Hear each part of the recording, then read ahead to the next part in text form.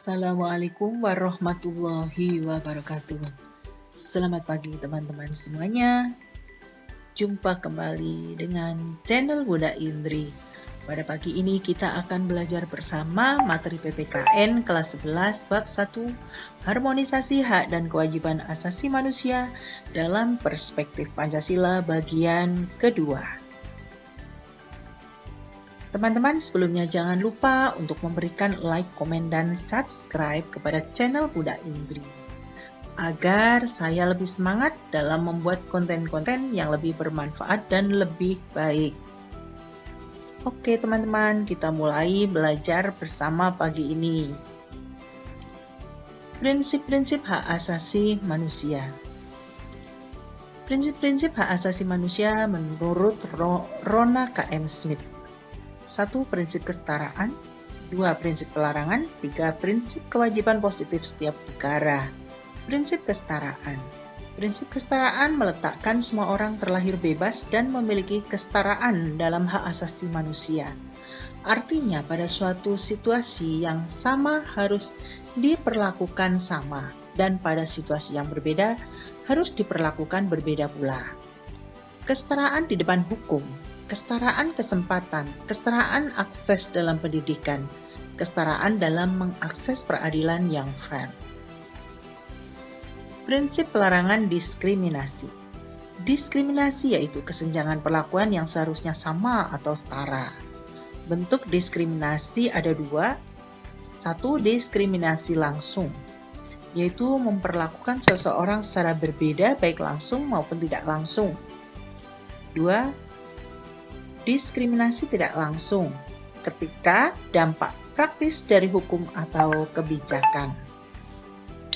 Tindakan diskriminasi berbasis ras, warna kulit, jenis kelamin, bahasa, agama, pendapat politik, nasionalisme atau kebangsaan, kepemilikan suatu benda, status kelahiran, atau status lainnya. Prinsip-prinsip hak asasi manusia menurut Manfred Novick. 1. Prinsip universal. 2. Prinsip ketergantungan. 3. Prinsip saling terkait. Prinsip kewajiban positif setiap negara. Setiap negara memiliki kewajiban positif untuk melindungi secara aktif dan memastikan terpenuhinya hak-hak dan kebebasan-kebebasan warganya. Negara membuat aturan hukum yang tertuang dalam perundang-undangan. Prinsip universal.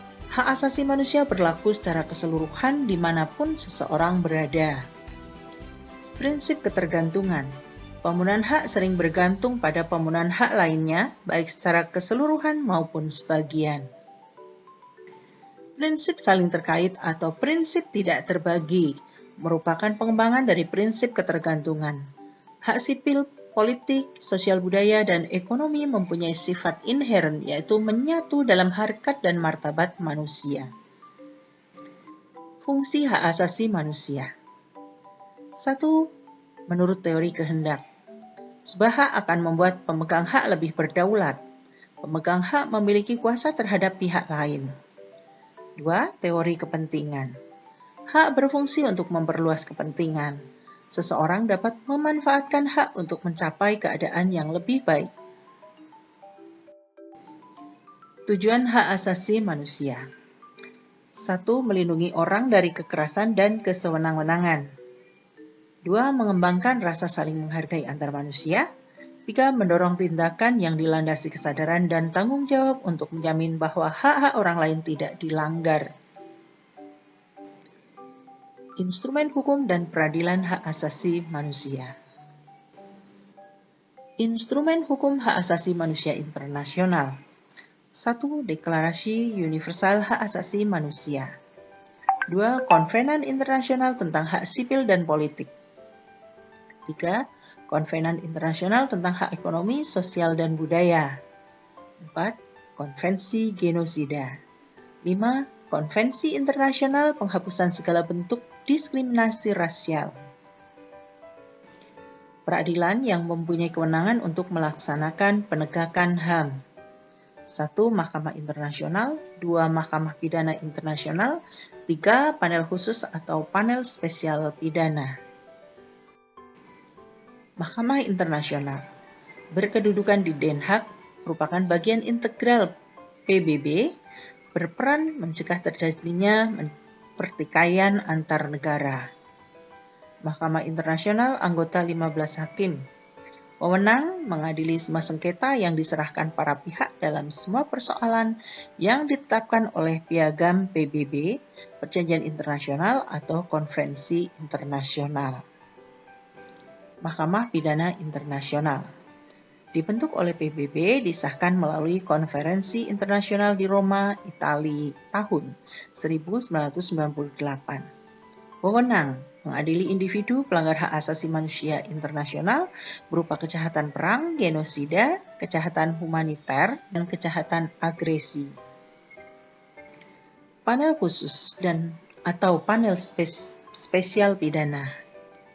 Lembaga peradilan internasional yang berwenang mengadili para tersangka yang melakukan kejahatan berat internasional yang tidak bersifat permanen atau hanya untuk sementara. Yurisdiksi atau kewenangan, kejahatan perang dan genosida tanpa melihat negara si pelaku sudah meratifikasi Statuta Roma atau belum. Instrumen Hak Asasi Manusia Nasional Indonesia. 1. Pancasila. Sebagai landasan ideal, terutama sila kedua kemanusiaan yang adil dan beradab. 2. Undang-Undang Dasar Negara Republik Indonesia tahun 1945. A. Pembukaan, alinea ke-1 sampai 4. B. Pasal 28A sampai 28J, yaitu yang mengatur hak asasi manusia secara khusus. C. Pasal 27, 28, 29, 30, 31, 32, 33, dan 34.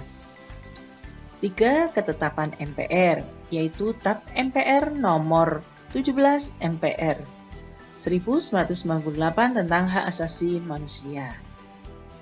4. Undang-undang, yaitu Undang-Undang nomor 39 tahun 1999 tentang hak asasi manusia dan Undang-Undang nomor 26 tahun 2000 tentang pengadilan hak asasi manusia.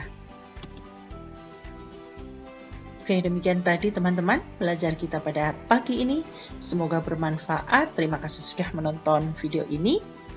Sampai jumpa di video berikutnya. Wassalamualaikum warahmatullahi wabarakatuh.